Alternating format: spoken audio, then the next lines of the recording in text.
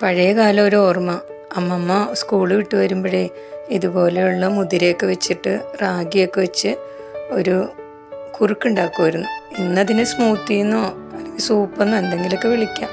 പക്ഷേ മുതിര അതിൻ്റെ കൂട്ടത്തിൽ തരുന്നത് ചക്കപ്പുഴുക്കോ അല്ലെങ്കിൽ ചക്കക്കുരു പുഴുങ്ങിയത്, കാച്ചിൽ പുഴുങ്ങിയത്, അല്ലെങ്കിൽ ആഞ്ഞിലിക്കുരു വറുത്ത് പൊടിച്ച എന്തെങ്കിലും, അങ്ങനെ ചാമരി വെച്ചിട്ടുള്ളത്, അല്ലെങ്കിൽ നുറുക്ക് അരിയൊക്കെ വെച്ചിട്ടുള്ള ഉപ്പുമാവ്, അങ്ങനെ ഒത്തിരി പറയാൻ പറ്റാത്ത ഇതാണ് അവരൊക്കെ ഉണ്ടാക്കുന്നത്. പാവൊക്കെ എപ്പോഴും കാച്ചി വെച്ചേക്കും.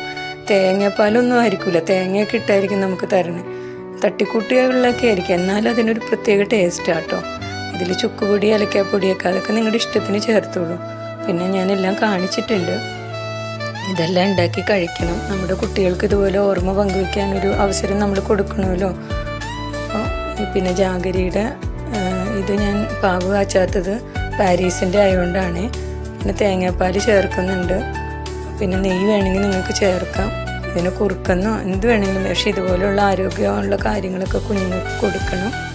അതിനാണ് മല്ലിച്ചപ്പ് ഇതെല്ലാം ശ്രമിക്കുന്നത്. അപ്പോൾ എല്ലാവരും ഇതൊക്കെ കണ്ട് സബ്സ്ക്രൈബ് ചെയ്യണം.